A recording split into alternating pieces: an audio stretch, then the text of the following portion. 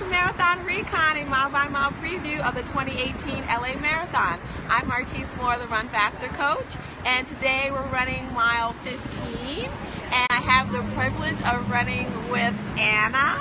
Hello. Anna is running the LA Marathon for the first time, and she's running for the official United Nations charity Girl Up, so can't wait to hear all about that. So let's get started. Let's do it. All right. So we are still on the famous Sunset Boulevard, and this mile is gonna get a little bit hilly.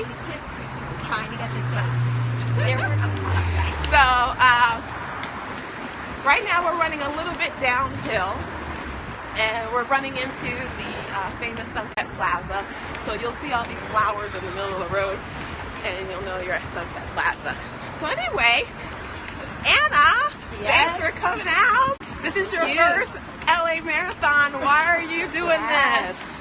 Well, I'm super excited to be here. Thank you so much for inviting me. It is my first marathon. I'm gonna be turning 30 in June. Wow. And yes, so I decided to use that as a goal for my year. And I'm doing the half marathon in March. Nice. Oh, okay, so you're gonna do the half.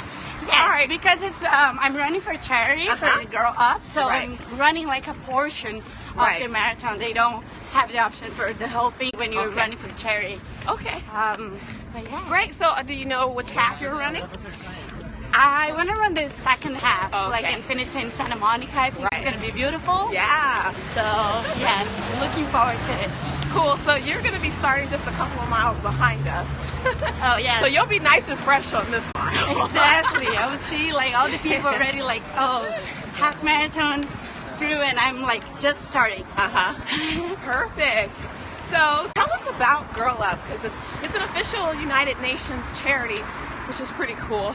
Yes. Correct. And tell us about that. What is it? Well, what do they do? Girl Up helps women, and especially girls, to get education and healthcare in development countries. Okay. Like Ethiopia, India, and Guatemala, for instance. So I decided when I was applying for the LA Marathon, I was looking for a charity that aligned with the things that I believe. And I truly believe in women empowerment. I think women has this amazing power for change. Nike also has a study that shows when a woman is educated, she gets back to the community more than any other male. So she kind of understand the value of education and want to retribute for the community that she's from. So Grow Up, it's not in Brazil yet, where I'm from, but hopefully they will expand to South America. So. Okay, well that's beautiful. How did you end up hearing about the charity?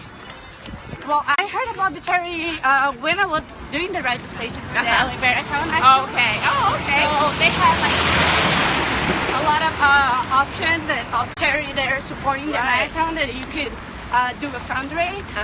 So I'm doing a fundraiser for Girl Up. Okay, what do you need to raise? I need to raise $1,000. So far, we already have half of the money. Okay, good. So yeah. All right, hopefully guys. Your audience can help as well. Yeah, so we'll definitely put your link up so we can help you get some more donations. Thank you. Wonderful cause. That would be great. So you're going to end up running a half marathon, basically. How are you training for that? So I recently moved to Long Beach. I was originally in Orange County. And when I moved to Long Beach, I joined the Long Beach Running Club. Hello, guys.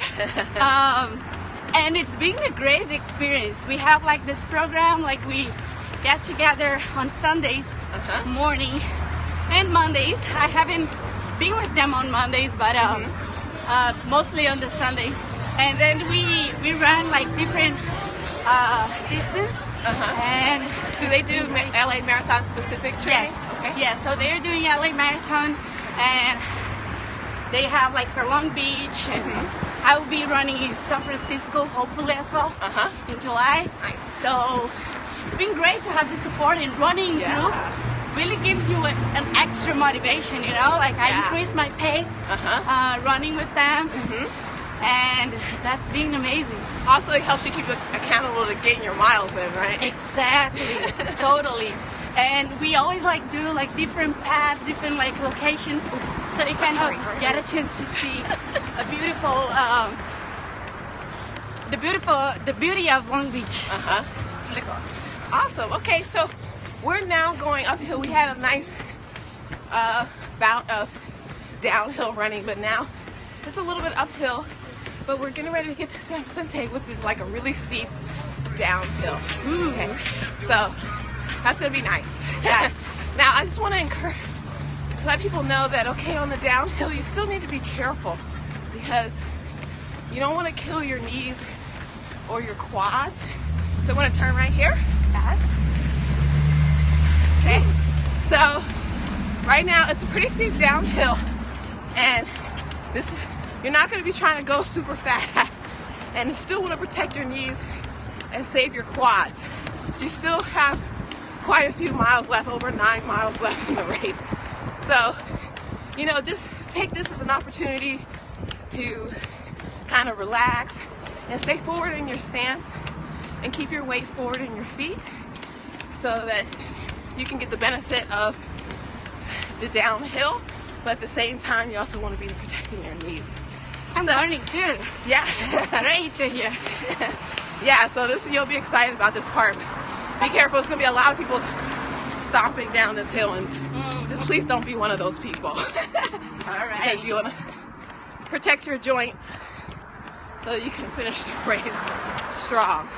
Okay. And just in general, when you run downhill, because running downhill is really not that great for your knees, so that's why you always want to protect them and run more forward on your feet, so you can get the natural shock absorber. All right. My grandma says that going downhill, every cent helps. And it's funny that the name of this street, like San Vicente. So San Vicente is helping us also let you go down. Oh yeah, it's the name of a saint. Okay. Yeah. Okay, cool. I didn't even think of that. Cool. So, have you met the person that you're going to like hand off with? Because don't you have like kind of a partner that you do the whole marathon with? Not yet. Okay. I think that's gonna be like an element of surprise for the day of the race. Okay. But it's amazing to know that I'm running with someone who has the same beliefs and also wants to support women. So it's gonna be cool. Okay, so you guys have to think of like a cool handoff that you do. Oh yeah, that's a good idea. That'd be cute. Yeah, for sure. Like with girls. Cool. So, what are some? Since you've never run the LA Marathon before, No, I have never. Do you have any like fears or worries about the race? I know that I have to be better on drinking water along the way, because during my training with the Long Beach Running Club, I've done like half marathon without drinking water, which I think it's no bueno. Yeah. But it's funny because like I don't feel that my body's getting dehydrated, but most of my friends at the club told me like, even if you don't feel the need, just drink water. Right. So I'm just like afraid about like not giving myself like time to actually drink water. And I don't know about the snacks. That's another thing that a lot of people think like, what should you eat during the marathon? Right. Are you practicing that right now though? The food? Yeah. The fueling? Yeah, I mean, not really. I didn't drink or eat anything. Only water. What I usually do is a bulletproof coffee before my training. So I make the MCT oil, coffee, and butter. I blend that with me, and that's what I have before my running training. Okay. Well, Anna, you gotta have some fuel too. Yes. Like, I mean, caffeine does help, but you definitely need like fuel, and like caffeine kind of is dehydrated with coffee, so you want to, it's a diuretic too. So basically what you want to do is right now, since you still have like a month left, you really need to be practicing your fuel and hydration methods. So, I mean, your teammates are right when they say, you know, don't wait till you're thirsty, and also don't wait till you're hungry either. Okay, you need to have a plan in place. I mean, luckily, since you're not doing the full marathon, it's still important though, because half marathon's pretty far, and then we don't know what the weather is going to be that day. So if it's really hot, you're definitely going to make sure that you have your hydration going. So basically, what I would encourage you to do is, number one, you should go back and watch mile 9 of Marathon Recon 2018. All right, we had a nutrition expert on there, and she definitely gave us all the goods. But basically what it comes down to is, right now you want to do a sweat test. So, and we can go ahead and put that link up too on how to do a sweat test. But basically, it helps you figure out how much liquid you lose when you run, and then based on like your weight, and then you can figure out, like, based on that, how often you need to hydrate so that you're not losing too much water when you run. So it's really cool, and it's a very strategic move, but it's like highly recommended because a lot of people aren't going to do that much detail. Yeah. But I'm telling you, it'll make your experience so much better if you do that, because everybody's different. Everybody sweats at a different rate. Yeah, for sure. So you need to figure out what your sweat rate is at different temperatures. Every day you learn something new. Yeah. Okay. And then as far as the food goes, you know, have you tried any of the gels or anything like that? You need to figure out what you like and what your stomach likes first. Yes. I definitely don't think I want to eat anything that is sweet. Because I'm not like a dessert person. Okay, so, you know, there could be like pretzels, bread, you know, something like that that's not sweet, but still has, you know, like salt. And then you still need something with sugar in it too, so like some kind of. So it'd be better to have something sweet than. Yeah, well, you need both. So, you know, you just got to figure out. There's definitely a lot of, maybe something that's more lime, or, you know, not too sweet, or maybe lemon in it. So that's why you need to be testing it out now to see what you like and what works for your stomach, because, you know, all this jumping up and down is, you know, a wreck on your GI system. So, like, if it's not ready for it, you know, you could have a lot of problems, you know. So, basically, check out mile 9, and then go out there and start practicing what you need to fuel and your hydration strategy, okay? Because this is really, really important. I think that's what a lot of new marathoners miss, and they don't realize how really, really important it is. And then, unfortunately, you know, you can have cramps or worse during the race, and you just really don't want that, okay? Because there's so many people out there. It's hard to like get to a place where you can get help, okay? So I wouldn't necessarily depend on the help automatically being wherever you have a problem, because, you know, they don't have the medics at every single mile. So, and even, you know, you don't know where the bathroom is going to be. So make sure you have that figured out before you do the race. And now's the perfect time for you to be practicing that. All right, but I want to thank you so much for coming out. We reached the end of mile 15. Right now we're on Santa Monica Boulevard.